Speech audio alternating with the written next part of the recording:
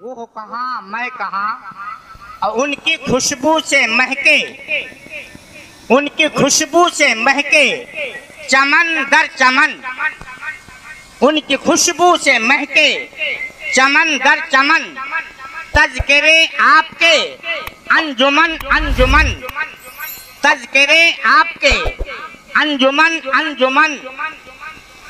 चांद की चांदनी तारों की रोशनी, चांद की चांदनी तारों की रोशनी, उनके रुख से आया वो कहाँ मैं कहाँ, उनके रुख से आया वो कहाँ मैं कहाँ। और किस तरह से कहाँ से करूं इब्तिदा या रसूल अल्लाह, आपकी तारीफ और तौसीफ की मैं कहाँ से शुरुआत करूं। मेरे में वो वफ़ात नहीं, वो लियाकत, वो काबिलियत नहीं। बस जो कुछ भी है ये बुजुर्गाने दीन का सदका है, जिसके तुफैल मैं आपके दरमियान लबकुशाई कर रहा हूँ। किस तरह से कहाँ से करूं इब्तिदा, किस तरह से कहाँ से करूं इब्तिदा। उनके औसाफ की है कहाँ इंतहा, उनके औसाफ की है कहाँ इंतहा। उनका रुतबा है क्या, उनका रुतबा है क्या, खुद ही जाने खुदा। क्या करूं मैं बयां, वो कहाँ मैं कहाँ, क्या करूं मैं बयां, वो कहाँ मैं कहाँ। आखिरी शेर मुलाहजा फरमाए। इस कबीले का यह आखिरी शेर, दो मिसरे मुझे बेहद अजीज हैं, और अल्लाह के रसूल भी ऐसे मकाम पे फरमाते हैं कि वो चीज़ दूसरों के लिए पसंद करो जो अपने को पसंद है। तो यकीन कामिल है ये मुझे पसंद है, आप हजरात भी पसंद करेंगे।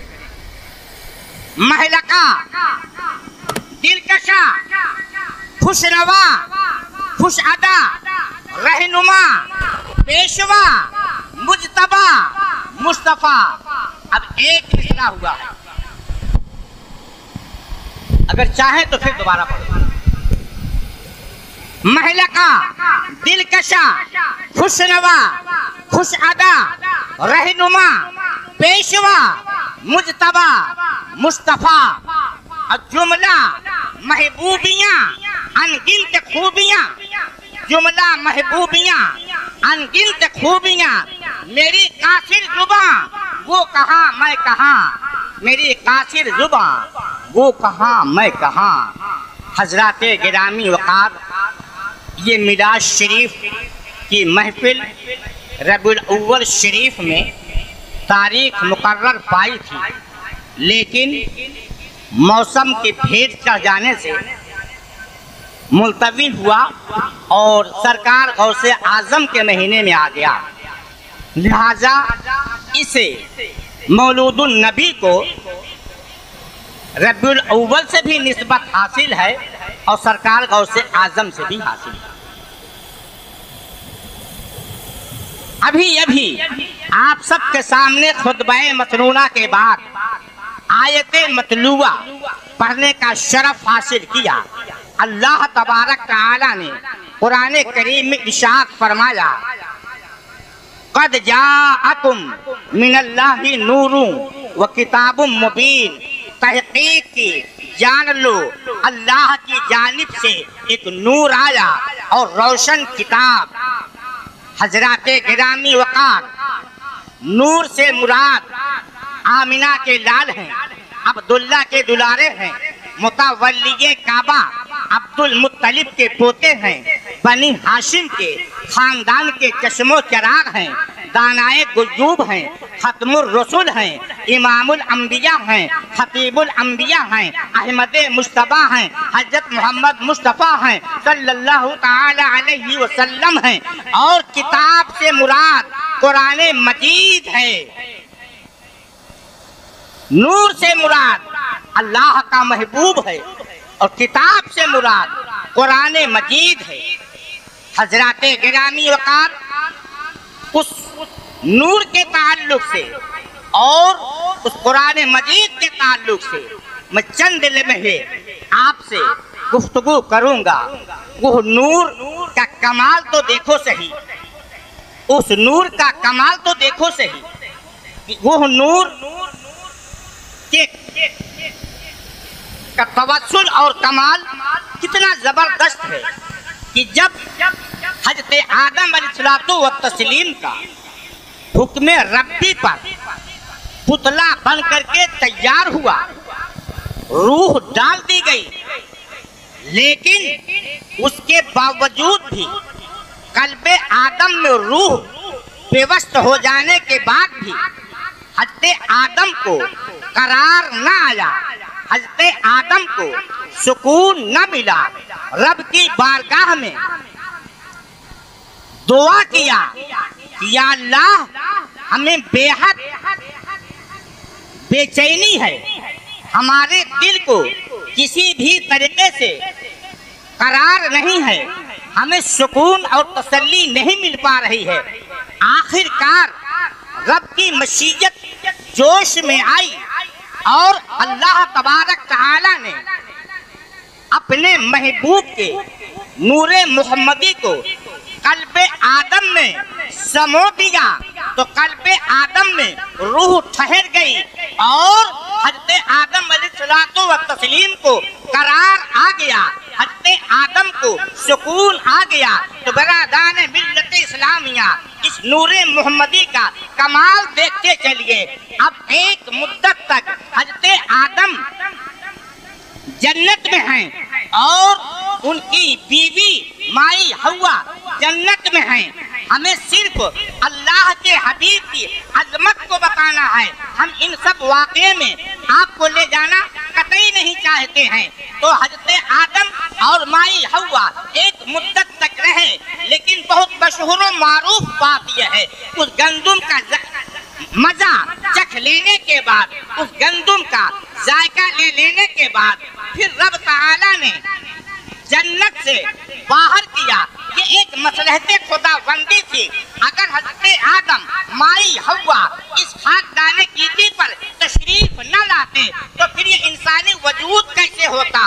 और जो आखिरी वक्त में अल्लाह तबारक तआला अपने महबूबे पाक साहिबे लौलाद को अपना आखिरी पैगंबर मबऊस फरमाना था और इस जमीन पर पैदा फरमाना था, ये सब कैसे होता। तो ये मसलहते खुदाबंदी थी कि हजरत आदम को जब जन्नत से बाहर किया गया तो वो कौन सी जगह है, कोई आम जगह नहीं है, कोई दूर दराज की जगह नहीं है, बल्कि अल्हम्दुलिल्लाह जिस हिंदुस्तान में हम और आप रहते हैं, इसी हिंदुस्तान की धरती पे श्रीलंका है और श्रीलंका में एक पहाड़ी है जिसका नाम सरान द्वीप है। उस सरान द्वीप पहाड़ी पर हजरत आदम अलैहिस्सलातु व तस्लीम को उतार दिया गया और इस दुनिया का जो सबसे मशहूर मारूफ हवाई अड्डा है जिसको जद्दा कहा जाता है, उस जद्दा पे माई हव्वा को उतार दिया गया। अब एक मुद्दत तक माई हव्वा जद्दा में तशरीफ फरमा है, एक मुद्दत तक हजरत आदम सरान द्वीप श्रीलंका में है।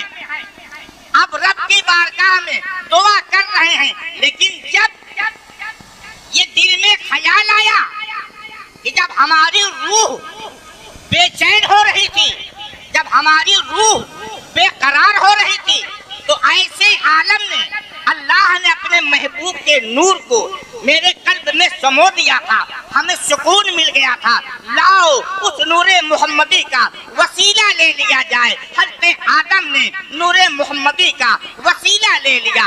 अल्लाह तबारक तआला ने फिर हजरत आदम को माई हव्वा को एक जगह जमा कर दिया। तो बरादान मिल्लत इस्लामिया इस तरीके से फिर एक इंसानी आबादी धीरे धीरे बढ़ती जा रही है और माँ की पुष्ट से, माँ के शिकम से, बाप के पुष्ट से एक एक होनहार लायके सद एहतराम पैगंबरे आजम जन्म लेते जा रहे हैं।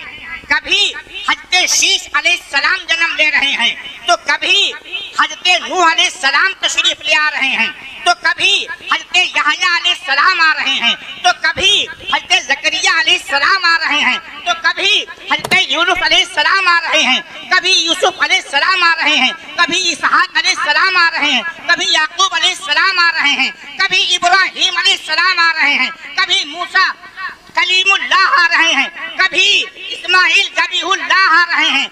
आखिरी दौर में हज़रत ईसा रूहुल्लाह तशरीफ लाए और फिर उसके बाद फिर प्यारे पैगंबर सल्लल्लाहु अलैहि वसल्लम इस खाकदाने गीती पर तशरीफ लाने वाले हैं। बरादान मिल्लत इस्लामिया, प्यारे पैगंबर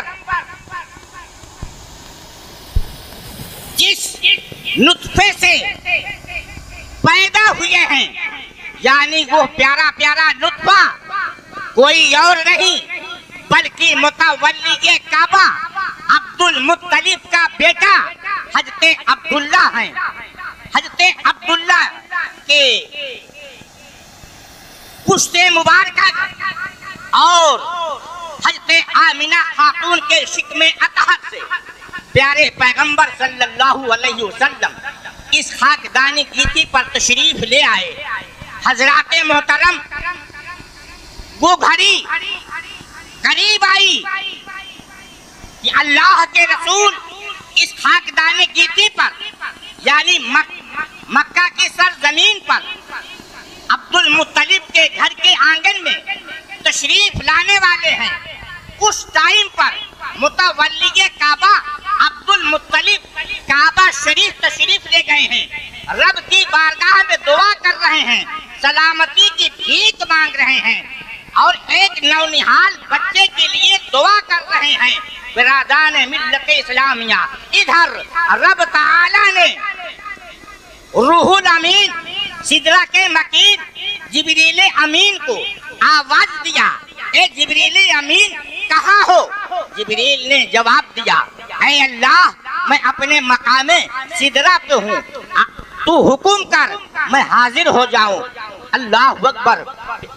अल्लाह तबारक तआला ने जिब्रील अमीन को हुक्म फरमाया कि तुम 70,000 फरिश्तों का रेवर लेकर के, फौज लेकर के और 70,000 बुर्राकों के साथ जाओ। अनकरीब है कि हमारा महबूब उस खाकदाने गीती पे जलवा कर होने वाला है। सुभान अल्लाह, कुर्बान जाइए।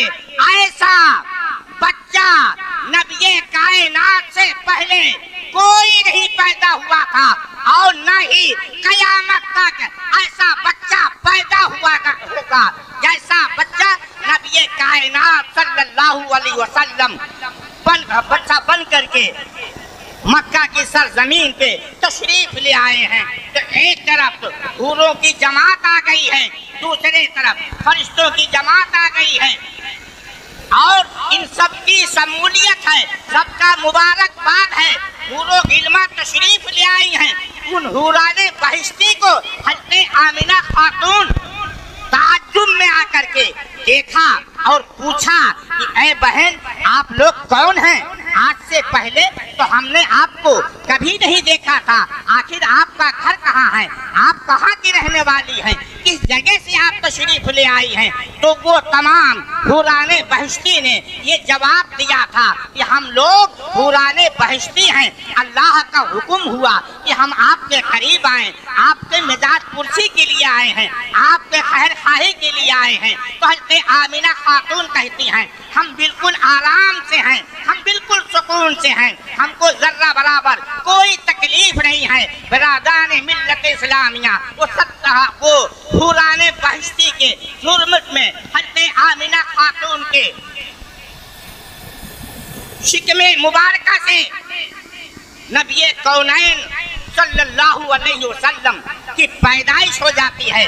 वो नबी कायनात हैं कि जब आप तशरीफ लाए तो वो वक्त, वो समा, वो साल कहत साली का था, सूखा पड़ा हुआ था। तमाम लोग खाने पीने के लिए हर तरीके से परेशान हाल थे, लेकिन नबी कायनात तशरीफ ले आए तो बिरादान मिल्लत इस्लामिया वो पौधे जो सूख करके कांटे बन चुके थे, उन पौधों में हरियाली आ जाती है, वो पेड़ हरे भरे हो जाते हैं, वो शजर हरे भरे हो जाते हैं। और सिर्फ हरे भरे नहीं, बिन मौसम के अल्लाह तबारक तआला उसमें उन पेड़ों को फलों से नवाज देता है। तो आखिर बिन मौसम के फल का आ जाना, पेड़ सूख जाए फिर से हरियाली पैदा हो जाना, आखिर इससे पहले तो बहुत माई के लाल पैदा हुए। कभी किसी के दरमियान ये करिश्मा न देखा गया, कभी किसी के दरमियान ये करामत न देखी गई, कभी किसी के दरमियान ये मोजज़ा न देखा गया। ये करामत, ये करिश्मा, ये मोजज़ा अगर आपको देखने को मिलेगा तो ये सिर्फ आमिना के लाल से देखने को मिलेगा। इसलिए इससे पहले न ऐसा बच्चा दुनिया में जन्म लिया है और न ही सुबह क़यामत तक ऐसा बच्चा जन्म ले सकता है। और मैं बताऊं अबू लहब कौन है? अबू लहब सरकार के चचा हैं, लेकिन वो चचा हैं जो हमेशा सारी जिंदगी अदावत में रहा है। वो चचा है जो हमेशा पूरी जिंदगी खिलाफत करता रहा है। वो चचा है जो पूरी जिंदगी बगावत करता रहा है, मुखालिफत करता रहा। वो चचा है, लेकिन जब प्यारे पैगंबर की पैदाइश हुई, उस पैदाइश की जब खबर उनकी बांदी शुएबा ने जाकर के अपने मालिक से कहा, यानी अपने अबू लहब से कहा, मालिक मुबारक हो, आपके यहाँ भतीजा पैदा हुआ है। अब्दुल्ला इंतकाल कर गए ना, उनकी बीवी हामिला थी, अल्लाह ने उन्हें बेटे से नवाज दिया है।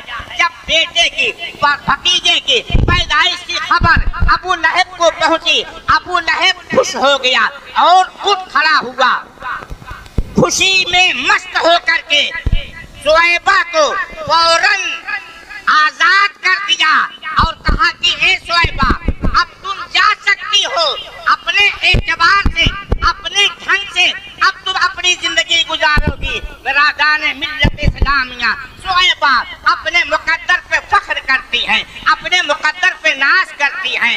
ये बच्चा चांद सा बच्चा क्या पैदा हुआ कि हमें एक नई जिंदगी से नवाज दिया। अब मचलती हुई, इछलाती हुई, खुशी खुशी हज़रत आमिना खातून के घर की तरफ का इरादा कर लिया और तशरीफ ले आई।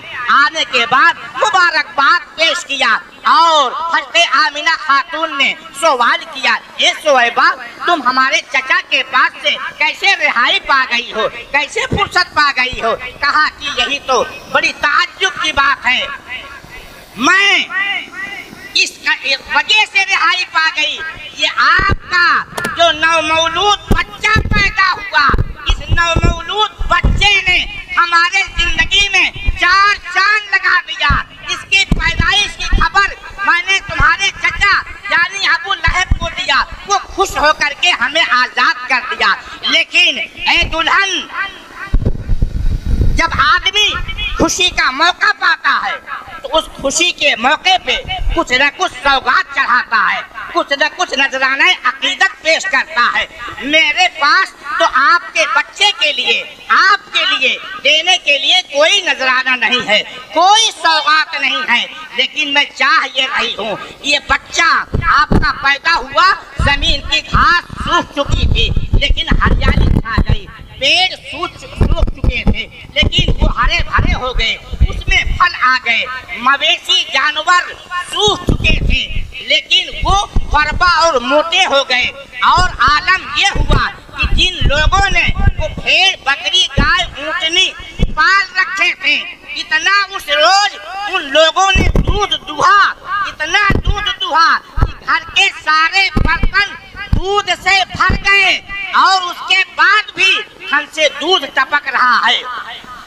तो जब इतना कमाल आपके बच्चे की पैदाइश से हो रहा है तो हमारा जी चाहता है कि आप अपने बच्चे को हमारी गोद में दे दें, हम भी नजराना अकीदत पेश करें, यानी अपना दूध जो है हम आपके शहजादे को पिला दें। बिरादराने मिल्लत इस्लामिया आमिना खातून ने अपने शहजादे को शुएबा की गोद में दिया। सबसे पहले हज़रत आमिना खातून ने दूध पिलाया था और उसके बाद फिर शुएबा ने दूध पिलाया, फिर तीसरी बार वो तीसरी माँ हलीमा रजाई माँ हैं, जो काफी मशहूर मारूफ हैं कि सरकार की रजाई माँ हैं और सरकार की रजाई माँ हैं। इन्होंने सरकार को दूध पिलाया है। तो बिरादरान मिल्लत इस्लामिया, अब पता ये चला जो कैदों बंद की शऊबतों में अपनी जिंदगी गुजार रही थी, वो हमेशा हमेश के लिए उसे रिहाई मिल गई। अब आखिरी बात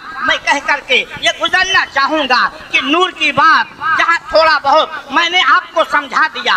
और रही वो किताब, जो किताब हमारे ऑफिस में भी पाई जाती है, वो किताब हमारे मदरसे में भी मौजूद होती है, वो किताब हमारे यहाँ मस्जिद में भी रखी होती है, वो किताब हमारे दुकान में भी रखी होती है, वो किताब हमारे मकान भी रखी होती है। लेकिन मदरसे की किताब और मस्जिद की किताब तो उसमें 2, 4, 5 लोग जो नमाजी जाते हैं, कभी कभी यहाँ आते हैं तो रोजाना उसे खोल लेते हैं, उसे पढ़ लेते हैं। लेकिन हमारे आपके दरमियान जो बहुओं के साथ कुरान मजीद जहेज में आया है, वो जब से आया है आज तक खुलने का नाम नहीं लिया है। आज खुलता कब है? जब सांस लबे बोर हो जाती है, तब सोचती है कि हमारी सांस मरने के करीब हो रही है, लाओ जो हमारे अब्बा ने किताब दिया था हम उसमें से आज उसे खोल करके सूरह यासीन पढ़ दें ताकि हमारे बाप का देने का हक अदा हो जाए। क्या कभी जब ससुर करीबुल मर्ग होता है तब तुम्हारे बेटी के दिल में ख्याल आता है कि लाओ जो हमारे बाप ने कुरान मजीद दिया था, आज हमारा ससुर इस दुनिया से रुखसत हो रहा है, तो लाओ उसे पढ़ करके कम अज कम उसको साथ लाने का हक तो अदा कर दे। तो ऐसे ऐसे आने आने मौके में हम उसे इस्तेमाल करते हैं। लेकिन हमारा पैगाम यह है, हमारा उद्देश्य यह है इस महफिल मीलाद से कि कम अज कम हर आदमी नमाज पंजगाना का आदी बने और न ज्यादा तो कम अज कम फजर की नमाज के बाद 1 रुकू कुरान शरीफ जरूर पढ़ लिया करे खैर व बरकत के तहत। अगर ऐसा वो आदि बन जाता है तो इंशाअल्लाह ताला जो भी उसकी कमाई है, चाहे छोटी कमाई हो या बड़ी कमाई हो, तो अल्लाह तबारक ताला नमाज की बरकत से, कुरान की तिलावत से आपको माला माल अता फरमा देगा और आप सोच भी नहीं सकेंगे। तो लिहाजा नमाजें भी पढ़ें और कुरान की तिलावतें भी साथ में रखें। और आखिरी बात इस सरकार 11वीं शरीफ के ताल्लुक से मैं बताना चाहूँगा, बताना यह है कि जब बाप की पीठ पाक होती है, माँ का पेट पाक होता है, हजरत निजामुद्दीन देहलवी जैसी शख्सियत जन्म लेती है। जब बाप की पीठ पाक होती है, माँ का पेट पाक होता है, तो हजरत नसरुद्दीन चिराग देहलवी जैसे लोग पैदा हुआ करते हैं। जब बाप की पीठ पाक होती है, माँ का पेट पाक होता है, तो हजरत कुतुबुद्दीन बख्तियार काकी जैसे लोग इस खाकेदानी गीती पर जन्म लिया करते हैं। जब बाप की पीठ पाक होती है, माँ का पेट पाक होता है, तो मखदूम सिमना की खौसवी जैसे शख्सियतें जन्म लिया करती हैं। जब बाप की पीठ पाक होती है, माँ का पेट पाक होता है, तो सैयद सालार मसूद गाजी जैसी शख्सियत जन्म लिया करती है। इसीलिए मुझे कह लेने दिया जाए कि जब बाप की पीठ पाक होती है, माँ का पेट पाक होता है, तब ख्वाजा खाजगान जैसी शख्सियतें पैदा हुआ करती हैं, यानी ख्वाजा गरीब नवाज जैसी शख्सियत जन्म लेती है।